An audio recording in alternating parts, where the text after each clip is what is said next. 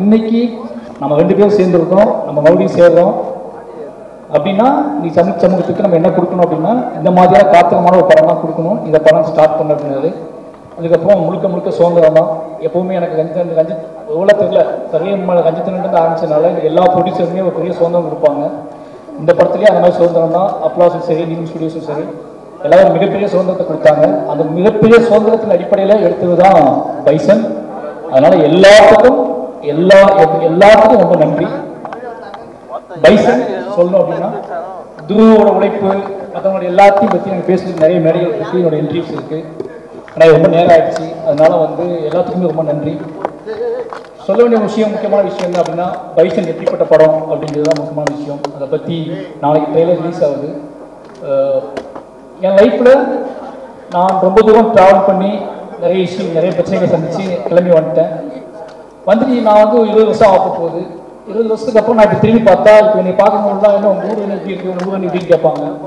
இங்கேருந்து நான் திருநெல்வேலி பார்க்கும்போதெல்லாம் ஒவ்வொரு டைம் திருநெல்வேலி போகும்போதெல்லாம் 10 இருக்கும். எனக்கு ஏதாவது வாட்ஸ்அப் ஓப்பன் பண்ணாலே ஏதாவது இஷ்யூஸ் பார்த்துருவோம், வீட்டிலேருந்து அனுப்புது, ஃப்ரெண்ட்ஸ் அனுப்புறது எல்லாம் பார்க்கும்போதே அவ்வளோ எமோஷனலாக இருக்கும். என்னடா பண்ணுறது அப்படின்னு சொல்லி இது எப்படி சேஞ்ச் பண்ணுறது, இது என்ன, இதை பற்றியான டிஸ்கஷன் எப்படி மாற்றுறதுன்னு தோணிட்டே இருக்கும். அதுக்கு நான் எடுத்த டூல் தான். அதுக்கு எடுத்த இந்த மாதிரியான விஷயத்தை நம்ம எப்படி அணுகிறது, இவ்வளோ பெரிய ஒரு போர் சூழலில் இருக்கக்கூடிய என்னோட ஊரை பற்றியான ஒரு புரிதலை இன்னைக்குள்ள இளைஞர்களுக்கு நான் எப்படி கடத்துறது, அது என்ன மாதிரி படம் பண்ணுறது அப்படின்னு யோசிச்சுட்டு இருக்கும்போது தான் எனக்கு கிடைச்ச ஒரே டூல் அனைத்து கணேசன் டூல். அவரை எடுத்துக்கிட்டு நாம் நம்மளோட கிராஃப்ட்டு, நம்மளோட சினிமா, என்னோட அரசியல் பார்வை, என்னோட புரிதல் இதில் வச்சுக்கிட்டு நம்ம ப்ளே பண்ணி முடியுமான்னு பார்ப்போம், ட்ரை பண்ணி பார்ப்போம்னு சொல்லி எழுதப்பட்டது தான் பைசன் திரைக்கதை. பைசனுக்குள்ள நிறைய இளைஞர்கள், தென் மாவட்டத்தில் உள்ள நிறைய இளைஞர்கள் இருக்காங்க.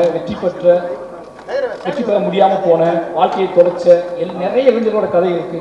இந்த கதை உண்மையாகவே என் லைஃப்பில் என்னோட ஆகச்சிறந்த என்னோட அரசியல் நான் என்ன நினைக்கிறேன்னா, என் ஊருக்கு நான் ஏதாவது செய்யணும்னு நினச்சேன். என் ஊரை பற்றி இவ்வளோ வெற்றி அடைஞ்சதுக்கப்புறம், இவ்வளோ புகழ் அடைஞ்சதுக்கப்புறம், இவ்வளோ பணம் சம்பாதிச்சதுக்கப்புறம் நீ உன் ஊருக்கு என்ன பண்ணுன்னு கேட்டிங்கன்னா, என் ஊருக்காக நான் பண்ணது, என்னோட மாவட்டத்துக்காக பண்ணது, என்னோட மக்களுக்காக பண்ணது, ஒட்டுமொத்த தென் தமிழ்நாட்டுக்காகவும் ஒருத்த அந்த தென் தமிழ்நாட்டோட அரசியல் புரிதலை மையப்படுத்தி பண்ண ஒரு படம் தான் பைசன்.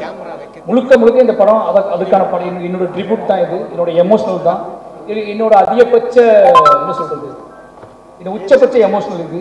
எப்படியாவது இந்த படம் இது எவ்வளோ பெரிய ஹிட் ஆகுது அப்படின்னு தாண்டி இது என்ன மாதிரியான தாக்கத்தை ஏற்படுத்துது, இது என்ன மாதிரியான எமோஷனல் ஏற்படுத்துது, இது என்ன மாதிரியான கனெக்டிவிட்டியை ஏற்படுத்துது, இது என்ன மாதிரியான ஒரு முடிவுக்கு வருது இந்த படம் அப்படிங்கிறத அதை பார்க்கறதுக்காக நான் வெயிட்டிங்.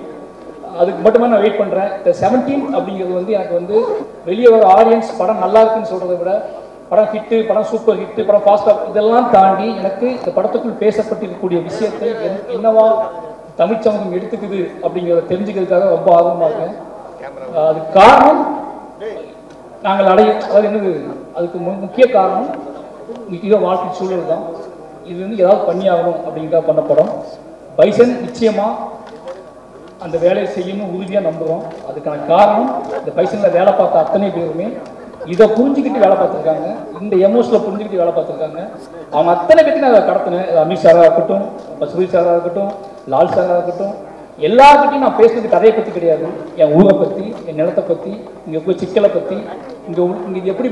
ஏன்னா நாங்கள் இருக்கும்போதே நிறைய சமூகம் நடக்கும். லால் சார் நீ பார்ப்பாரு, அமீர் சார் பசுபதி சார் என்ன மாதிரி அப்படின்பாரு. அந்த எமோஷனல் இருக்குல்ல, கேட்கும்போது பதில் சொல்ல முடியாத பார்வையோடு நான் நிற்பேன். அவங்க ஏதாவது எமோஷனலாக கேட்பாங்க, அதுக்கு எனக்கு பதிலே இருக்காது. எங்கேருந்து ஆரம்பிக்குதுன்னு தெரியாது. இந்த பிரச்சனைக்கு ஒரு பிரச்சனையை பற்றி அவங்க எனக்கு கேட்கும்போது அது எந்த பாயிண்ட்லேருந்து ஆரம்பிக்குன்னு எனக்கு தெரியாது. அப்போல்லாம் நான் யோசிச்சுட்டே இருப்பேன். இதுக்கெல்லாம் ஒரு பாயிண்ட் தான் பைசன் திரைப்படம். இந்த படம் அதை செய்யும்னு உறுதியாக நம்புகிறேன். என்னோட உச்சபட்ச ஒரு கர்வமாகவும் ப்ரைடாகவும் நான் நினைக்கிறது இந்த பைசன் திரைப்படத்தை தான். அதுக்கான ரீசன் அப்படிங்கிறது, நான் வெட்ட வெளியாக முதல்ல தைரியமாக ஒரு விஷயத்தை ஹேண்டில் பண்ணுறது. மற்ற எல்லா படங்களுமே என்னோட எல்லா படங்களும் எப்படி இருக்குன்னா,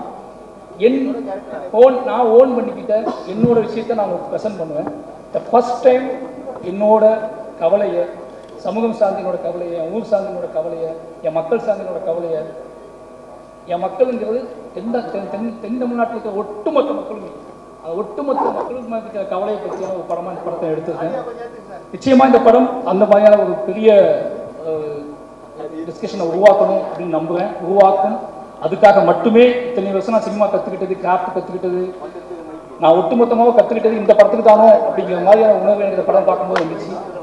அப்படி உணர்வு வந்ததுக்கு இந்த பைசன் திரைப்படம் எனக்கு கொடுத்த அழுத்தம் இந்த சமூகத்துக்கும் இந்த தமிழ் சமூகத்துக்கும் கொடுக்கும் அப்படிங்கிறத உறுதியாக நம்புகிறேன். அவ்வளோதான் பைசன் பற்றி. நாளைக்கு ட்ரெய்லர் வருது.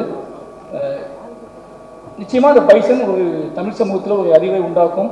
அதுக்கு ஒத்துழைத்த அத்தனை நண்பர்களுக்கும் மறுபடியும் நன்றி சொல்லிக்கிறேன். நீ இல்லைன்னா என்னோட அசிஸ்டன்ட் டைரக்டர் சொல்லணும். கடைசி அவங்க சொல்லிடுறேன்.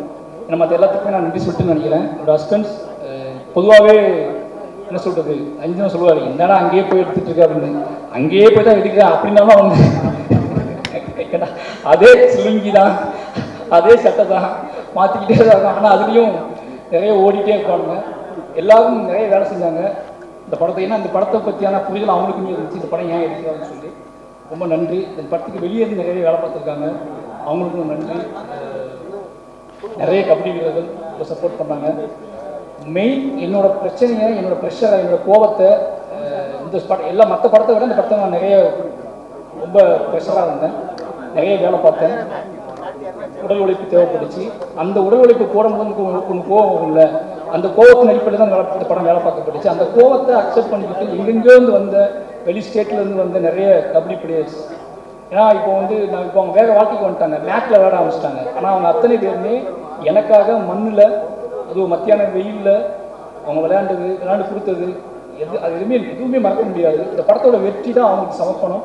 நிச்சயமாக இந்த படம் ஒரு எல்லாருக்குமான ஒரு படமாக இருக்கும், ஒட்டுமொத்த தமிழ் சமூகத்துக்குமான படமாக இருக்கும்.